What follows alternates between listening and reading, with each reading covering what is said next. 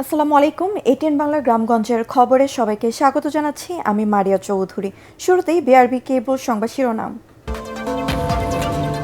ত্রয়োদশ জাতীয় সংসদ নির্বাচনে সারা দেশে মনোনয়নপত্র যাচাই বাছাইয়ের শেষ দিন আজ। গড়মিল পাওয়ার অনেক প্রার্থীর মনোনয়ন বাতিল। প্রার্থীটা ফিরে পেতে কাল থেকে আপিল শুরু। যশোরে বিএনপি নেতা আলমগীর হত্যায় জামাতার সহ দুজন গ্রেফতার। সীমান্ত এলাকায় তল্লাশি ও টহল কার্যক্রম জোরদার। হবিগঞ্জে শায়েস্তাগঞ্জে পুলিশকে হুমকি দেওয়ার বৈষম্য বিরোধী ছাত্র আন্দোলনের নেতা মাহাদির জামিন। মুক্তি পেয়ে নেতাকর্মীদের নিয়ে মিছিল। এবং সেন্ট মার্টিন থেকে অবৈধভাবে মালয়েশিয়া যাওয়ার সময় নৌবাহিনীর হাতে আটক 273।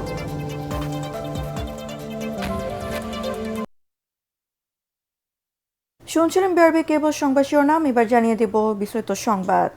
ত্রয়োদশ জাতীয় সংসদ নির্বাচনে সারা দেশে মনোনয়নপত্র যাচাই বাছাইয়ের শেষ দিন আজ।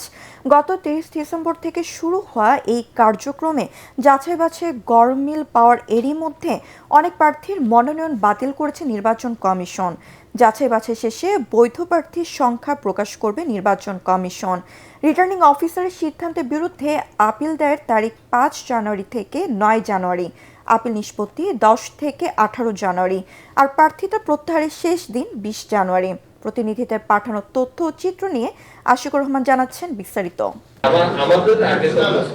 মনোনয়নপত্র যাচাই বাছাইয়ের শেষ দিনে দ্বৈত নাগরিকত্বের কারণে চট্টগ্রাম 9 আসনে জামায়াতে ইসলামীর প্রার্থী ডাক্তার একেএম ফজলুল হকের মনোনয়নপত্র বাতিল করা হয়েছে। সকালে মনোনয়নপত্র বাছাই শেষে রিটার্নিং কর্মকর্তা ও চট্টগ্রাম বিভাগীয় কমিশনার জিয়াউদ্দিন এ সিদ্ধান্ত জানান। এছাড়া চট্টগ্রাম 13 আসনে বিএনপির বিদ্রোহী প্রার্থী আলী আব্বাসের মনোনয়ন বাতিল হয়েছে। ঋণখেলাপি হওয়ায় চট্টগ্রাম 14 আসনে বিএনপি মনোনীত প্রার্থী জসিমউদ্দিন আহমেদ জসিমের মনোনয়নপত্র প্রাথমিকভাবে স্থগিত করা হয়েছে। ফরিদপুর 1 আসনে 8 প্রার্থীর মনোনয়ন স্থগিত করা হয়েছে। বাতিল হয়েছে 7 জনের। ফরিদপুর 1 আসনে মনোনয়নপত্র জমা দিয়েছিলেন 15 জন প্রার্থী। মনোনয়নপত্র বাছাইয়ের শেষ দিনে আজ এই আসনে কোনো প্রার্থী বৈধ বলে প্রাথমিকভাবে বিবেচিত হননি। নওগাঁর 6টি আসনের মধ্যে 3টি আসনে মনোনয়নপত্র যাচাই বাছাই শেষ হয়েছে। যাচাই বাছাইয়ে নওগাঁ 1, 2 ও 3 আসনের 22 জন প্রার্থীর মধ্যে বৈধ ঘোষণা করা হয় 15 জনের। আর মনোনয়ন বাতিল করা হয় 5 জন প্রার্থীর এবং স্থগিত করা হয়েছে 2 জনের। সিরাজগঞ্জে মামলা দাখিলকৃত কাগজ যথাযথ না হওয়া, স্বাক্ষরে গড়মিল ও বিভিন্ন ধরনের অসঙ্গতি থাকায় 3টি আসনে বিএনপি, জামায়াত, জাতীয় পার্টি সহ বিভিন্ন দল ও স্বতন্ত্র 26 জন প্রার্থীর মনোনয়নপত্র যাচাই বাছাইয়ে 7 জনের মনোনয়নপত্র বাতিল করা হয়েছে। জামালপুর 5 সদর আসনে 8 জনের মনোনয়ন বৈধ হয়েছে। এই আসনে জেলা জাতীয় পার্টির আহ্বায়ক জাকির হোসেন খান সহ 4 জনের মনোনয়ন বাতিল করা হয়েছে। জামালপুর 4 আসনে 6 জনের মনোনয়ন বৈধ হয়েছে। বাতিল করা হয়েছে জাতীয় পার্টির 2 প্রার্থী সহ 3 জনের মনোনয়ন। খুলনার 6টি আসনে জমা দেয়া 46টি মনোনয়নপত্রের মধ্যে 35 জন প্রার্থীর মনোনয়নপত্র বৈধ হয়েছে। বাতিল হয়েছে 11 জনের।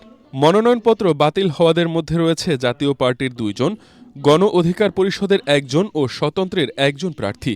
জেলা প্রশাসকের সম্মেলন কক্ষে সর্বশেষ খুলনা 2 আসনের প্রার্থীদের মনোনয়নপত্র যাচাই বাছাই অনুষ্ঠিত হয়। এই আসনে 4 জন প্রার্থী, সবার মনোনয়নপত্র বৈধ হয়েছে। কুষ্টিয়া জেলার 4টি সংসদীয় আসনে ত্রয়োদশ জাতীয় নির্বাচনে 33 জন প্রার্থীর মনোনয়নের মধ্যে 6টি অবৈধ ঘোষণা করেছেন জেলা রিটার্নিং কর্মকর্তা। মানিকগঞ্জের 3টি আসনে 27 জন প্রার্থীর মাঝে 9 জন প্রার্থীর মনোনয়ন বাতিল এবং 18 জন প্রার্থী বৈধ ঘোষণা করেছেন জেলা রিটার্নিং কর্মকর্তা। আশিকুর রহমান, এটিএন বাংলা। বিএনপির যশোর পৌরসভার 7 নম্বর ওয়ার্ড কমিটির যুগ্ম সম্পাদক বিশিষ্ট ব্যবসায়ী আলমগীর হোসেন হত্যায় জড়িত সন্দেহে নিহতের জামাতা বাসেত আলী পরশসহ 2 জনকে গ্রেফতার করেছে পুলিশ। পরশ যশোর পৌরসভার 7 নম্বর ওয়ার্ডের সাবেক কাউন্সিলর এবং যশোর জেলা আইনজীবী সমিতির সাবেক ভারপ্রাপ্ত সাধারণ সম্পাদক অ্যাডভোকেট জুলফিকার আলী জুলুর ছেলে, আসহাবুল ইসলাম সাগর একই এলাকায় মৃত আব্দুল মতিনের ছেলে। যশোরের police super Syed Rafiqul Islam press ব্রিফিংয়ে জানান, শনিবার সন্ধ্যায় বিএনপি নেতা আলমগীরকে হত্যার ঘটনার পর থেকে পুলিশের একাধিক টিম সেখানকার বিভিন্ন ভবনের সিসি ক্যামেরা ফুটেজ সংগ্রহ করেছে। এরপর নেপথ্যে কারিগর হিসেবে দুজনকে চিহ্নিত করে তাদেরকে আটক ও জিজ্ঞাসাবাদের পর গ্রেফতার দেখানো হয়। তাদের মধ্যে পারিবারিক দ্বন্দ্ব ছিল। এদিকে আলমগীর হোসেন নিহত হওয়ার ঘটনায় যশোর সীমান্ত এলাকায় তল্লাশি ও টহল কার্যক্রম জোরদার করেছে বিজিবি।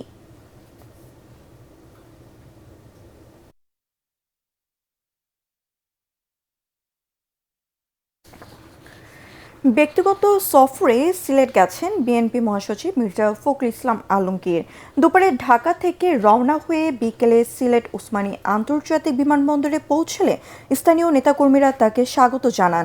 পরে হযরত শাহজালাল ও শাহপরান রহমতুল্লাহি আলাইহির মাজার জিয়ারত করেন বিএনপি মহাসচিব। স্থানীয় নেতারা জানান, নির্বাচনের আগে ব্যক্তিগত সফরে দলের মহাসচিব কয়েক ঘন্টার জন্য সিলেট এসেছেন। সন্ধ্যায় গণমাধ্যমের সঙ্গে কথা বলার কথা রয়েছে মির্জা ফখরুলের।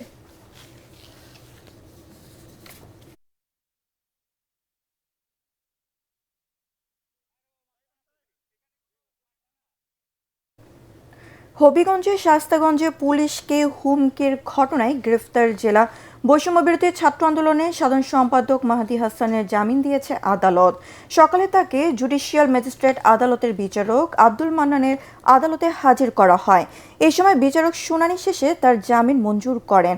এর আগে পুলিশের কাছে বাধা দেওয়ায় অভিযোগে শনিবার সন্ধ্যার দিকে মাহদীকে গ্রেফতার করা হয়। এ ঘটনায় গতকাল সন্ধ্যা থেকে সকাল ৮টা পর্যন্ত বৈষম্য বিরোধী ছাত্র আন্দোলনের শতাধিক নেতাকর্মী হবিগঞ্জ সদর মডেল থানার সামনে অবস্থান নেন। তারা রাতে আদালতে বসিয়ে মাহদী হাসানের জামিন শুনানির দাবি জানান। এদিকে জামিন পাওয়ার পর নেতাকর্মীদের শহরে মিছিল করেছেন বৈষম্য বিরোধী ছাত্র আন্দোলনের এই নেতা।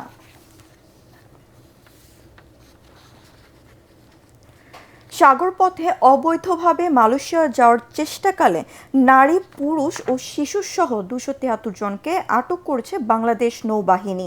তাদের মধ্যে অধিকাংশ রোহিঙ্গা বলে জানা গেছে। শনিবার দিবাগত রাতে তাদেরকে আটক করা হয়।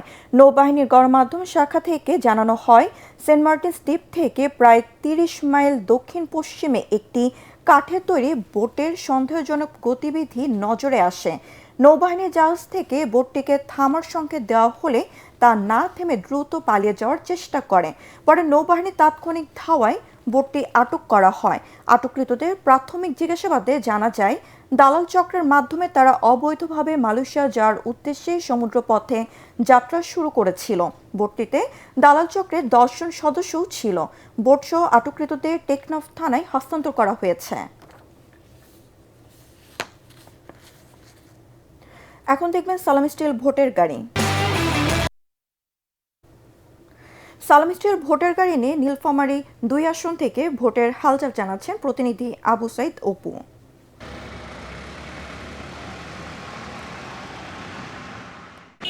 দর্শক, সালাম স্টিল ভোটের গাড়ি নিয়ে আমরা এখন হাজির হয়েছি নীলফামারী ডোমার ডিমলা এক আসনে। আপনারা জানেন এই আসনটি দুটি উপজেলা নিয়ে গঠিত। আমি এখন আছি ডিমলা উপজেলায়।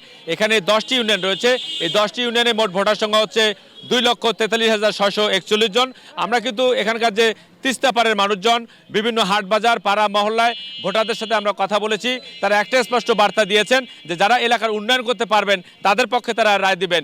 বিশেষ করে যে তিস্তা তীরবর্তী এবং তিস্তা বিদ্যুৎ এলাকার যারা মানুষজন রয়েছেন তাদের প্রতি বছর অসংখ্য জমি তিস্তা গর্ভে বিলীন হয়ে যায়। মাথা গোজার শেষ সম্বলটুকু তারা হারিয়ে ফেলে এবং জমিদারি কাঁধে তুলে নেয় ভিক্ষার ঝুলি। এটি যেন না হয়, এটা যেন স্থায়ী একটি সমাধান হয়, সেই প্রত্যাশায় তারা বারবার করছেন। এবং এই সমস্যাটা যিনি সমাধান করতে পারবেন সেই প্রার্থীর পক্ষে তারা আসলে রায় দিবেন। যদিও প্রার্থীরা আসলে তাদের নানান উন্নয়নের প্রতিশ্রুতি দিচ্ছেন। আরেকটি বিষয় আপনাদেরকে জানিয়ে রাখি, এই নীলফামারী এক আসনে 10 জন প্রার্থী মনোনয়নপত্র দাখিল করলেও একজনের মনোনয়নপত্র বাতিল হয়ে যায় এবং 9 জনের মনোনয়নপত্র বৈধ হয়, তারা ভোটযুদ্ধে অবতর হয়েছেন। তবে আসন মানে জোটভিত্তিক যে আসন, সেই আসনের প্রেক্ষিতে বিএনপির যে মনোনীত প্রার্থী এবং জামাতের প্রার্থীর মধ্যে একটি হাড্ডাহাড্ডি লড়াই হওয়ার সম্ভাবনা রয়েছে বলেও ভোটাররা আমাদেরকে ইঙ্গিত দিয়েছেন। তো সব শেষ মিলে এই ছিল আমার কাছে ডিমলা থেকে ভোটের গাড়ির সর্বশেষ খবর। সালাম স্টিল ভোটার গাড়ি নিয়ে মুন্সিগঞ্জ 2 টঙ্গিবাড়ি থেকে নির্বাচনের খবর জানাচ্ছেন সহকর্মী মুশফিকুর রহমান।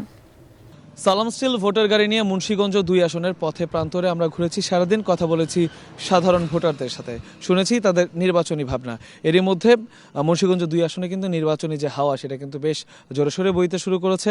বাজার ঘাট থেকে শুরু করে চায়ের দোকান সবখানে নির্বাচনী নানা মেরুকরণ সমীকরণ মেলাতে কিন্তু ভোটাররা ব্যস্ত সময় পার করছেন। আমরা কথা বলেছি প্রান্তিক কৃষক থেকে শুরু করে জেলে সবার সাথে, তারা বলেছেন তাদের নানা অসঙ্গতির কথা। কৃষকরা বলেছেন সার থেকে শুরু করে অন্যান্য যে কৃষি সরঞ্জামাদি সেটার অভাব কিন্তু এখানে রয়েছে, এবং বলেছেন যে এইটা যেহেতু আলুর জন্য একটা আলু উৎপাদনের জন্য বিখ্যাত একটা ভূমি হচ্ছে এই মুন্সিগঞ্জ, আলু উৎপাদন করতে তাদের যে খরচটা হয় সেই খরচ কিন্তু তারা আসলে ন্যায্য মূল্যে সেটা বিক্রি করে তুলতে পারছে না সেই টাকাটা। এছাড়া তারা যেটা বলেছেন হিমাগারের অভাব রয়েছে।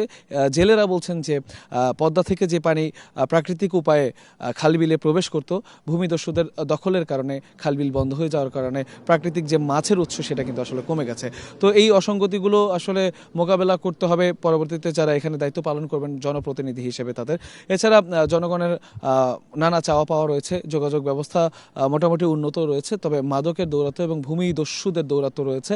এবং তারা বলছেন, এই আসনের ভোটাররা বলছেন, যারা আসলে এই এলাকার মানুষের সার্বিক উন্নয়নে আর্থসামাজিক উন্নয়নে কাজ করবেন এমন একজন প্রার্থীকে আগামী নির্বাচনে তারা ভোট দিয়ে নির্বাচিত করতে চান। সালাম স্টিল ভোটার গাড়ি থেকে এই ছিল এখনকার মতো আমার কাছে সব শেষ। পিরোজপুরে জামায়াতের নেতাকর্মীদের স্বেচ্ছাশ্রমে রাস্তা সংস্কার করেছে পৌর জামায়াত। সকালে পিরোজপুর নামাজপুর ইন্দোরকানী সড়কটির পৌরসভার বলেশ্বর ব্রিজ সংলগ্ন এলাকায় ভাঙা রাস্তা পৌর জামায়াতের উদ্যোগে সংস্কার করা হয়। জামায়াত ইসলামের 4 দফা কর্মসূচির সমাজ সংস্কারের অংশ হিসেবে পিরোজপুরে এই ভাঙা রাস্তা মেরামত করেন। জনগণের ভোগান্তি কমাতে এ ধরনের উদ্যোগকে স্বাগত জানান এলাকাবাসী। সংস্কার কাজে পিরোজপুর জেলা জামায়াতের সেক্রেটারি জহিরুল হক ও পিরোজপুরে পৌর জামায়াতের আমির ইসহাক আলী খান সহ অন্যান্য নেতাকর্মীরা উপস্থিত ছিলেন। এ সময় তারা বলেন, জামায়াত ইসলামীর পক্ষ থেকে এ ধরনের সমাজ সেবামূলক কাজ অব্যাহত থাকবে। পাবনায় স্থানীয় পত্রিকা দৈনিক পাবনার আলোর সম্পাদক মাহফুজ আলীর কাদেরের মিথ্যা মামলা প্রত্যাহারের দাবিতে মানববন্ধন ও বিক্ষোভ করেছে সর্বস্তরের জনগণ। এ সময় তার নিঃশর্ত মুক্তির দাবিও জানানো হয়। দুপুরে পাবনা জেলা প্রশাসকের কার্যালয়ের সামনে এই মানববন্ধন অনুষ্ঠিত হয়। বক্তারা মাহফুজ আলী কাদেরের মুক্তির দাবিতে বিভিন্ন স্লোগান দিতে থাকে। কর্মসূচিতে বিভিন্ন গণমাধ্যম কর্মী সহ স্থানীয়রা উপস্থিত ছিলেন। গত 29 তারিখে ডিবি পুলিশ তাকে গ্রেফতার করে। নোয়াখালীর চৌমুহনীতে বিভিন্ন সময় বেসরকারি হাসপাতালে সংঘটিত সন্ত্রাসী হামলার প্রতিবাদে মানববন্ধন ও প্রতিবাদ সভা অনুষ্ঠিত হয়েছে। দুপুরে চৌমুহনী পাবলিক হল চত্বরে Bangladesh private clinic and diagnostic owners association Begumganj উপজেলা শাখার আয়োজনে এই কর্মসূচি পালন করা হয়।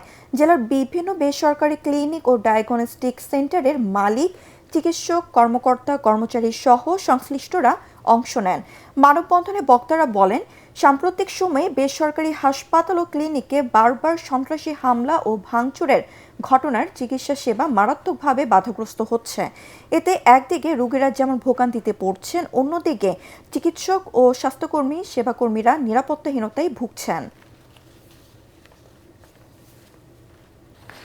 নেত্রকোনায় মাদক বিরোধী সচেতনতা বাড়াতে 2 দিন ব্যাপী ভলিবল ও ব্যাডমিন্টন টুর্নামেন্টের আয়োজন করেছে নেত্রকোনা জেলা প্রশাসন ও মাদকদ্রব্য নিয়ন্ত্রণ অধিদপ্তর। বিকালে শহরের মুক্তারপাড়া পুরাতন কালেক্টরেটর মাঠে এই টুর্নামেন্ট আয়োজন করা হয়। জেলা মাদকদ্রব্য নিয়ন্ত্রণ পরিদপ্তরের সহকারী পরিচালক নাজমুল হক জানান, টুর্নামেন্টে মোট 8টি দল অংশ নেয়।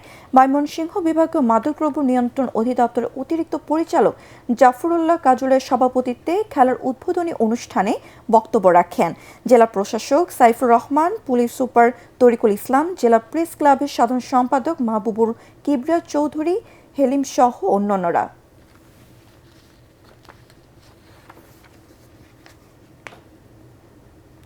পরবর্তী সংবাদ দেখার আমন্ত্রণ জানিয়ে এখনকার মতো শেষ করছি। এটিএন বাংলা সংবাদ ইউটিউবে দেখতে ব্রাউজ করুন, youtube/ATN বাংলা নিউজ। ধন্যবাদ সবাইকে।